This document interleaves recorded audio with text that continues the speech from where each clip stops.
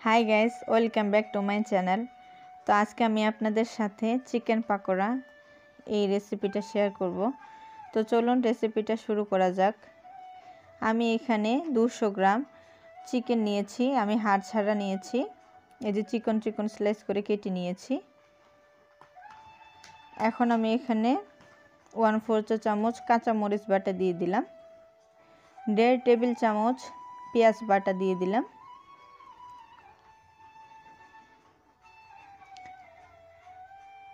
Half চামচ রসুন বাটা, 1/4 চা চামচ আদা বাটা,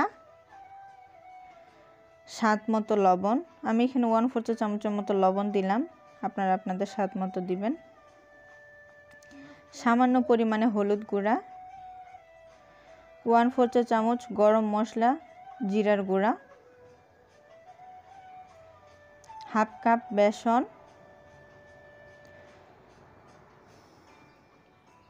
3 টেবিল চামচ কর্নফ্লাওয়ার। আমি এখানে কর্নফ্লাওয়ার নিয়েছি, আপনারা চাইলে চালের গুঁড়া নিতে পারেন। 1/4 চা চামচ মরিচের গুঁড়া,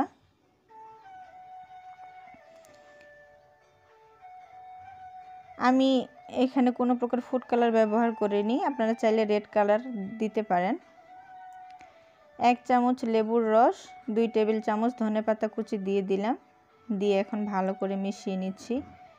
আর আমি এখানে হাড় ছাড়া মুরগির মাংস নিয়েছি, আপনারা চাইলে হাড় সহ মুরগির মাংস নিতে পারেন, কিন্তু একটু চিকন চিকন স্লাইস করে কাটলে তাড়াতাড়ি সিদ্ধ হয়।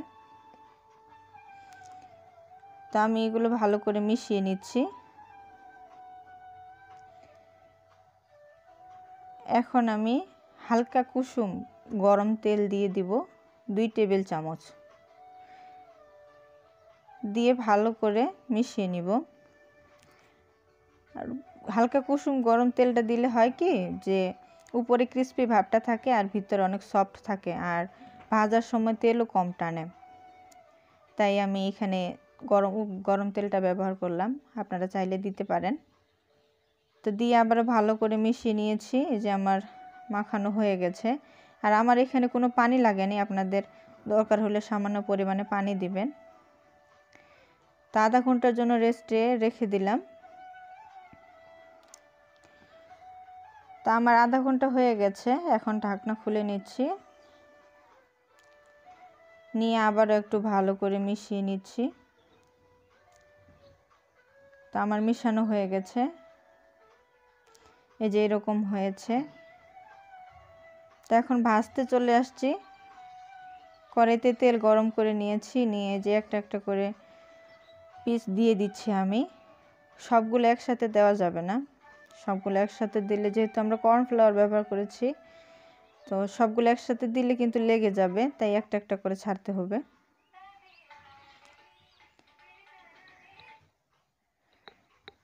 তা আমি এইভাবে সবগুলো দিয়ে দিব যতটা কড়াইয়ে জায়গা ধরে। তা আমি দিয়ে দিচ্ছি সবগুলা।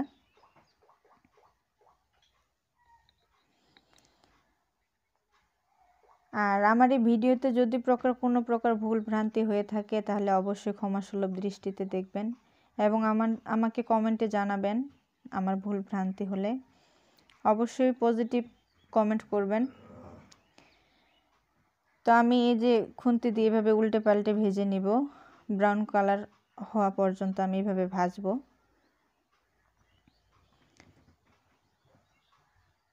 আর যারা চিকেন পাকোড়া খেয়েছেন তারা তো জানেন এটার মজা কীরকম, কিন্তু যারা খাননি তারা অবশ্যই একবার ট্রাই করবেন, খেতে কিন্তু অনেক সুস্বাদু। আমরা তো এমনিতেই চিকেন খাই, তবে মাঝে মধ্যে একটু ব্যতিক্রম করে খেলে কিন্তু খেতে অনেক মজা লাগে। তো আমার চিকেনগুলো ব্রাউন কালার হয়ে গেছে,